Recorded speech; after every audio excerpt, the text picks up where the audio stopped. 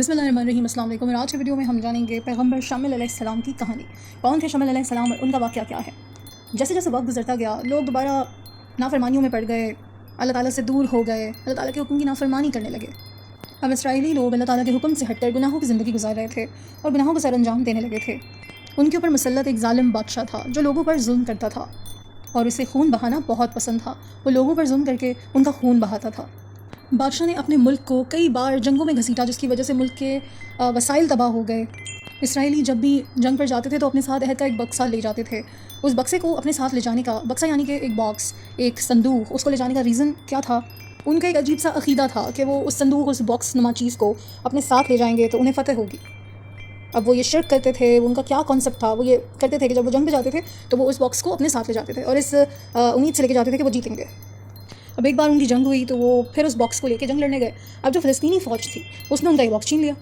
Box تو چھین ہی لیا، باکس ان سے چھن گیا، لیکن وہ جنگ بھی ہار گئے۔ بادشاہ کو جب یہ خبر ملی تو اس کو فوراً دل کا دورہ پڑا، ہارٹ اٹیک سے فوراً ہی اس کی ڈیتھ ہو گئی۔ اسرائیلی اب بغیر بادشاہ کے رہ گئے تھے۔ وہ ایسے بھیڑوں کے جھنڈ کی طرح ہو گئے تھے جن کی نگرانی کرنے والا یا جن کا گارڈین کوئی چرواہا ہی نہ ہو۔ تو اللہ تعالیٰ نے ان کی ہدایت اور رہنمائی کے لیے پیغمبر شامل علیہ السلام کو بھیجا۔ اب اسرائیلی بہت خوش ہوئے اور انہوں نے شامل علیہ السلام سے ریکویسٹ کی کہ بھائی وہ کسی ایسے انسان کو مقرر کریں کہ وہ فلسطینیوں سے اپنا جو وہ باکس ہے، جو عہد کا بکسہ ہے، اس کو واپس لے سکے۔ شامل علیہ السلام ان کی نیت، ان کی کمزوریوں سے واقف تھے۔ انہوں نے کہا کہ مجھے خوف ہے کہ جیسے ہی جنگ کا وقت آئے گا تم لوگ مگر جاؤ گے۔ لوگوں نے شامل علیہ السلام کو اپنے اوپر یہ اعتماد دلایا کہ جب اللہ کی راہ میں جنگ لڑنے کا وقت آئے گا تو وہ ثابت قدم رہیں گے اور بھاگیں گے نہیں، نہ ہی پیٹ کریں گے۔ اب شامل علیہ السلام اللہ تعالیٰ کے حضور بیٹھ گئے اور رات کو اللہ تعالیٰ سے دعا مانگنے لگے۔ جب شامل علیہ السلام اللہ تعالیٰ سے بات کر رہے تھے تو اللہ تعالیٰ نے ان کی رہنمائی کی۔ اللہ تعالیٰ نے کہا کہ میں نے طلحہ نامی ایک شخص کو اس قوم کا حکمران منتخب کر لیا ہے۔ اب شامل علیہ السلام تھوڑے پریشان ہوئے۔ انہوں نے کہا کہ ٹھیک ہے، بٹ میں اس کو پہچانوں گا کیسے؟ مجھے کیسے پتہ چلے گا کہ وہ شخص کون سا ہے جسے اللہ نے منتخب کیا ہے؟ تو اللہ تعالیٰ نے کہا کہ شامل تم پریشان مت ہو، وہ خود کل تمہارے پاس آئے گا۔ شامل علیہ السلام نے کہا ٹھیک ہے۔ اب اللہ تعالیٰ نے شامل علیہ السلام کو ہدایت کی کہ جتنے بھی اختیارات اور طاقت جو بھی ہے وہ سب طلحہ کے حوالے کر دینا۔ طلحہ لمبے خط کا، مضبوط جسم کا، ایک سمجھدار بہادر انسان تھا۔ وہ اپنے والد کے ساتھ کہیں دور کھیت میں رہتا تھا اور وہیں پر کام بھی کرتا تھا۔ اب ایک دفعہ طلحہ کے گدھے جو ہے وہ گم ہو گئے اور وہ اپنے ملازم کے ساتھ ان کو تلاش کرنے کے لیے نکلے، جگہ جگہ ڈھونڈ رہے تھے لیکن ان کے گدھے نہیں مل رہے تھے۔ اب جب تھک گئے تو طلحہ نے اپنے ملازم سے کہا کہ چلو واپس چلتے ہیں، گدھے تو مل ہی نہیں رہے، میرے والد پریشان ہو رہے ہوں گے، انہیں میری فکر ہو رہی ہوگی، ہم واپس چلتے ہیں اور ہمیں دوسرے جانوروں کی بھی تو حفاظت کرنی ہے، ان کا بھی خیال کرنا ہے۔ تو طلحہ کے ملازم نے ان سے کہا کہ یہ پیغمبر شمل کی زمین ہے اور مالک مجھے لگتا ہے کہ ہمیں ان سے ملاقات کرنی چاہیے اور یوں ہی ہم ان سے اپنے گدھوں کے بارے میں بھی پوچھ سکتے ہیں۔ طلحہ کو اپنے ملازم کی یہ صلاح، یہ مشورہ بہت پسند آیا اور طلحہ اور اس کا ملازم پیغمبر شمل علیہ السلام سے ملنے کے لیے نکل گئے۔ اب وہ ان کا گھر ڈھونڈ رہے تھے، راستے میں کچھ عورتیں گڑھے میں پانی بھر کر لے جا رہی تھیں۔ انہوں نے ان سے پوچھا کہ شمل علیہ السلام انہیں کہاں ملیں گے؟ ان عورتوں نے بتایا کہ شمل علیہ السلام آپ کو پہاڑ کے اوپر، ان کا گھر وہاں ہے، وہیں ملیں گے۔ طلحہ اور ان کا ملازم پہاڑی پر چڑھنے لگے۔ جب وہ ان کے گھر کے قریب پہنچے تو وہاں ایک بڑے ہجوم کو دیکھا جس سے شمل علیہ السلام مخاطب تھے۔ ظاہر ہے وہ لوگوں کی اصلاح کرتے تھے اور لوگوں کو اپنے پاس بلا کر ان کی اصلاح کرتے ہوں گے، ان کی تعلیم، درس، تربیت سب کرتے ہوں گے۔ اب جب طلحہ اور ان کے ملازموں پر پہنچے تو انہوں نے دیکھا کہ شمل علیہ السلام اس جھنڈ کے ساتھ کھڑے ہوئے ہیں اور ان کو دیکھتے ہی ان کی عظمت کو پہچان گئے تھے۔ جب شمل علیہ السلام کی نظر طلحہ کے اوپر پڑی تو وہ سمجھ گئے کہ یہ وہی شخص ہے جس کا اشارہ اللہ تعالیٰ نے دیا تھا اور اسرائیلیوں کے اوپر جسے بادشاہ بنایا جائے گا۔ طلحہ شمل علیہ السلام کے پاس آئے اور بہت عزت کے ساتھ ان کی خیریت دریافت کی اور ان سے اپنے گمشدہ گدھوں کے بارے میں بھی سوال کیا۔ شمل علیہ السلام نے اللہ کے حکم سے طلحہ کو کہا کہ پریشان مت ہو، گھبراؤ مت، تمہارے گدھے تمہارے والد کے پاس تمہارے کھیت کی طرف روانہ ہو چکے ہیں۔ اب شمل علیہ السلام نے اللہ کا میسج بھی تو پہنچانا تھا، تو انہوں نے طلحہ کو یہ بتایا کہ اللہ نے تمہیں اسرائیلیوں کے لیے رہبر اور رہنما چن لیا ہے۔ سو طلحہ اللہ کا حکم ہے کہ اب تم تمام اختیارات کو سنبھالو، اپنی جگہ کو جانو اور جو تمہاری قوم ہے، جو بنی اسرائیل ہیں، جن پر تمہیں بادشاہ مقرر کیا گیا ہے، ان کی حفاظت کا ذمہ اپنی ذمہ میں لو اور ان کی حفاظت کرو اور ان کے لیے کھڑے ہو جاؤ۔ طلحہ اس عزت افزائی پر بہت خوش ہوا، یہ ایک بہت بڑی ذمہ داری تھی۔ اب طلحہ نے شمل علیہ السلام سے کہا کہ میں بادشاہت کے بارے میں کچھ بھی نہیں جانتا، مجھے ذرا بھی علم نہیں کہ یہ کیسے ہوگا اور میرے پاس تو اتنی دولت اور وسائل بھی نہیں ہے۔ اب شمل علیہ السلام نے طلحہ کو تسلی دی اور کہا کہ وہ پریشان نہ ہو، یہ تو اللہ تعالیٰ کی مرضی ہے اور حکم ہے۔ اب شمل علیہ السلام نے طلحہ کا تعارف بنی اسرائیل کے لوگوں سے کروایا اور انہیں کہا کہ طلحہ سے ملو، یہ تمہارے نئے بادشاہ ہیں۔ لیکن لوگ طلحہ کو دیکھ کر بالکل خوش نہ تھے۔ اب لوگوں نے الگ الگ رائے دینا شروع کر دی۔ ایک انسان چلایا، کہنے لگا یہ تو بنیامین قبیلے سے تعلق رکھتا ہے۔ دوسرے نے کہا اور یہ تو پیدائشی امیر بھی نہیں ہے۔ اب تیسرے شخص نے کہا یہ ہم پر آخر بادشاہت کیسے کر سکتا ہے؟ بادشاہت کرنے کا حق تو ہمارے قبیلے کے لوگوں پر ہے، وہ ہم پر بادشاہت کر سکتے ہیں، یہ بیگانہ اور وہ بھی دولت سے بالکل خالی، جس کے پاس بالکل دولت نہیں ہے۔ شمل علیہ السلام نے اپنی قوم کے لوگوں کو کہا کہ وہ کام ہو جائیں، ریلیکس ہو جائیں، اور پھر انہوں نے لوگوں کو کہا کہ اللہ تعالیٰ نے ان لوگوں کے لیے بادشاہ طلحہ کو ہی چنا ہے۔ شمل علیہ السلام نے کہا کہ اللہ تعالیٰ نے طلحہ کے مرتبے کو بہت بلند کر دیا ہے۔ اللہ تعالیٰ جس کو چاہے بادشاہت، عزت عطا کر سکتے ہیں، وہ سب سے زیادہ بہتر جاننے والے ہیں۔ لوگ